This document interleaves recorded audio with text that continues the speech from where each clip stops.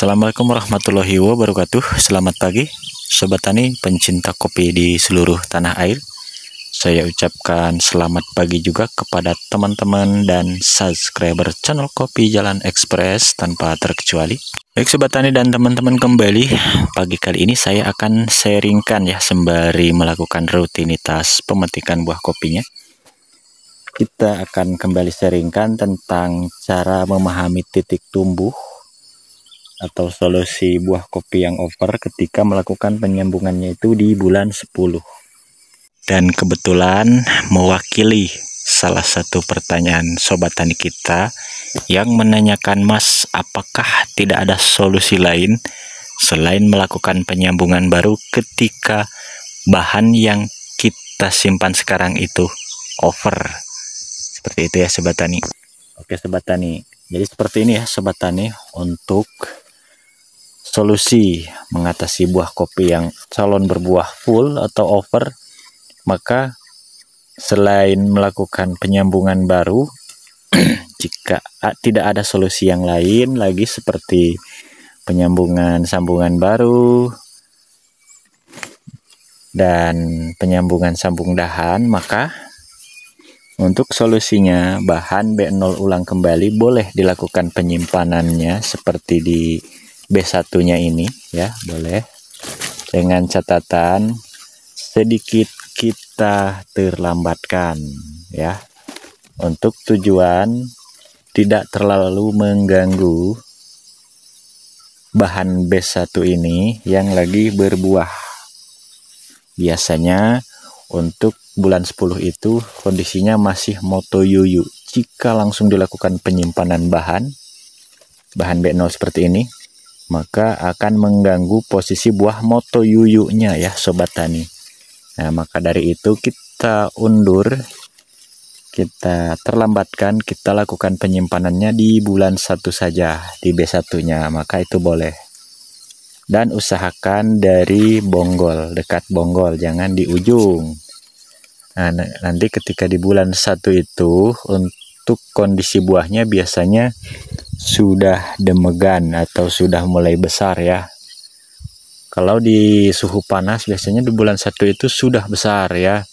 Maka jika melakukan penyimpanan bahan ulang kembali dari bonggol, bahan buah ini sudah perkembangannya sudah tidak bakal terganggu lagi dengan calon titik tumbuh bahan lanjutan untuk tahun 2027-nya seperti itu.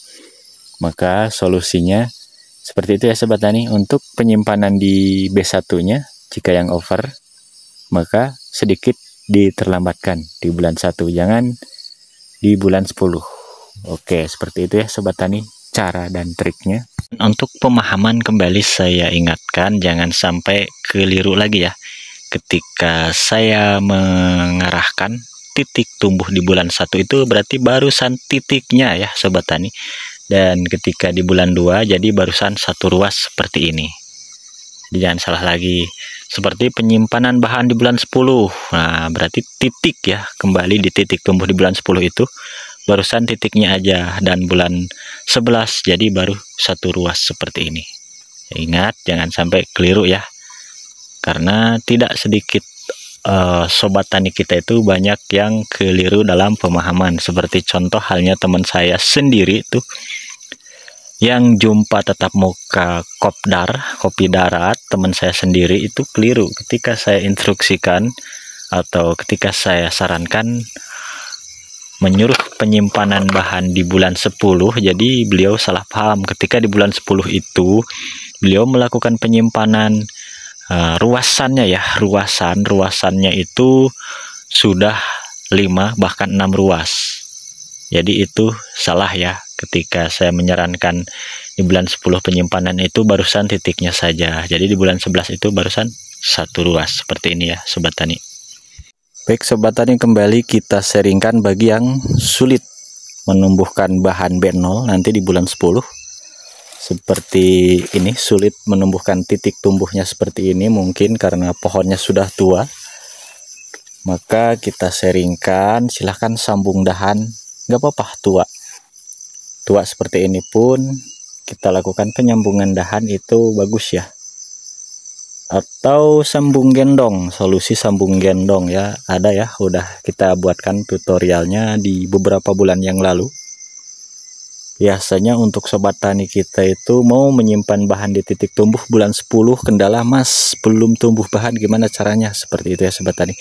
Jadi berbarengan untuk pemupukan penyubur di bulan 10 biasanya udah moto yuyu dan pupus baru sudah mulai keluar, maka pemupukannya kan ada unsur N-nya itu nitrogen, ada juga KCl dan NPK-nya, maka itu membantu menumbuhkan titik tumbuh seperti ini ya. Dan jika belum keluar saja, maka silahkan langsung melakukan penyambungan dahannya, seperti itu ya sobat tani.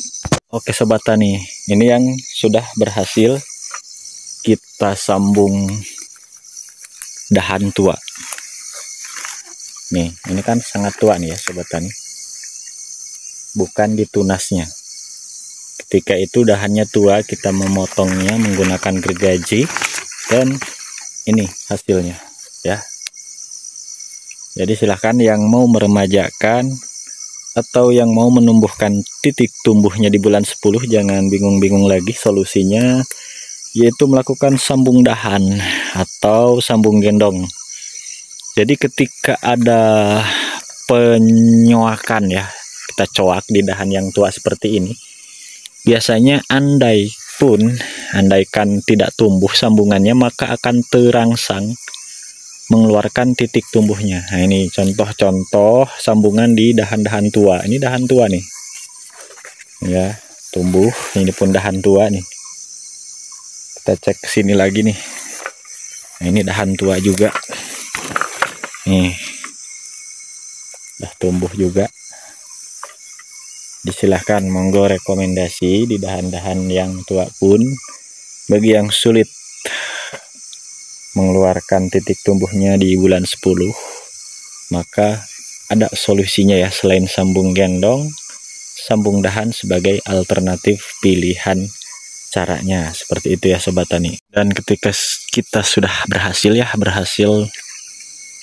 menumbuhkan bahan di titik tumbuh yang tepat seperti di bulan 10, 11 dan 12, maka untuk PR yang harus kita lakukan, maka periksalah, rajinlah melakukan wiwil ketika tunas-tunas cacing nantinya penuh di sela-sela dompolan.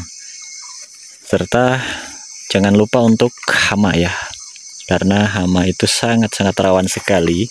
Jadi seperti ini belum dalam kondisi aman ya, belum dalam kondisi baik-baik saja, mengingat hama penggerek ranting itu masih mengincar untuk menyerang bahan-bahan yang kita simpan kalau kita tidak antisipasi menggunakan insektisida pur dan plusnya.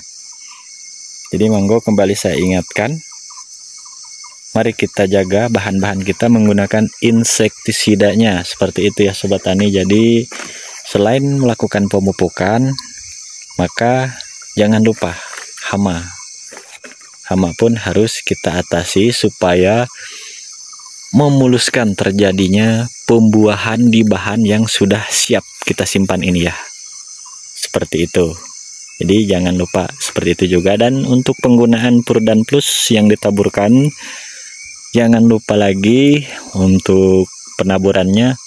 Jadi setelah dilakukan pemetikan atau yang sudah kosong seperti ini, tanpa buah lagi, seperti itu pun tuh, tanpa buah lagi, boleh dari sekarang pun melakukan penaburannya.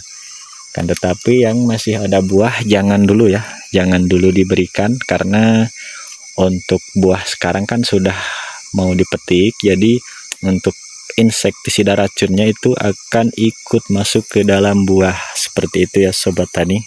Dan untuk dosis ya, kembali kita ingatkan kembali, untuk dosis pur dan plusnya itu per pohonnya silahkan kasih saja 1 sendok, dan untuk saran saya dibenamkan. Dan untuk lebih jelasnya sudah kita buatkan cara memberikan ya, atau cara menaburkan insektisida pur dan plus di video minggu yang lalu.